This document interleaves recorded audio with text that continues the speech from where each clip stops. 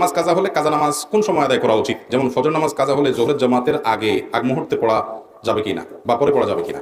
দেখুন, যদি ফজরের নামাজ কাজা হয় এটা জোহরের আগে আগে না, বরং কাজা হয়েছে ফর এক্সাম্পল আপনি ঘুম থেকে উঠতে পারেন না, অ্যালার্ম দিয়ে রাখছেন তাও উঠতে পারেন না, গভীর ঘুম হয়ে গেছে, অ্যাক্সিডেন্টলি এরকম হঠাৎ একদিন হয়ে গেছে, তাহলে যখন ঘুম ভাঙছে তাড়াতাড়ি করে ওযু করে আগে নামাজ পড়ে ফেলবেন। কারণ হাদিসে আসছে নবী করিম সাল্লাল্লাহু আলাইহি ওয়াসাল্লাম বলেছেন, মান নামা আন সালাতিন আও নাসিহা ফালইউসাল্লিহা ইযা যাকারহা ফাইন্না যালিকা ওয়াক্তুহা। কেউ যদি ঘুমের কারণে নামাজ পড়তে না পারে বা ভুলে গেছে, তাহলে এরকম ব্যক্তির যখন স্মরণ হবে বা ঘুম থেকে উঠবে সাথে সাথে সে নামাজ পড়বে, ওইটাই তার ওয়াক্ত।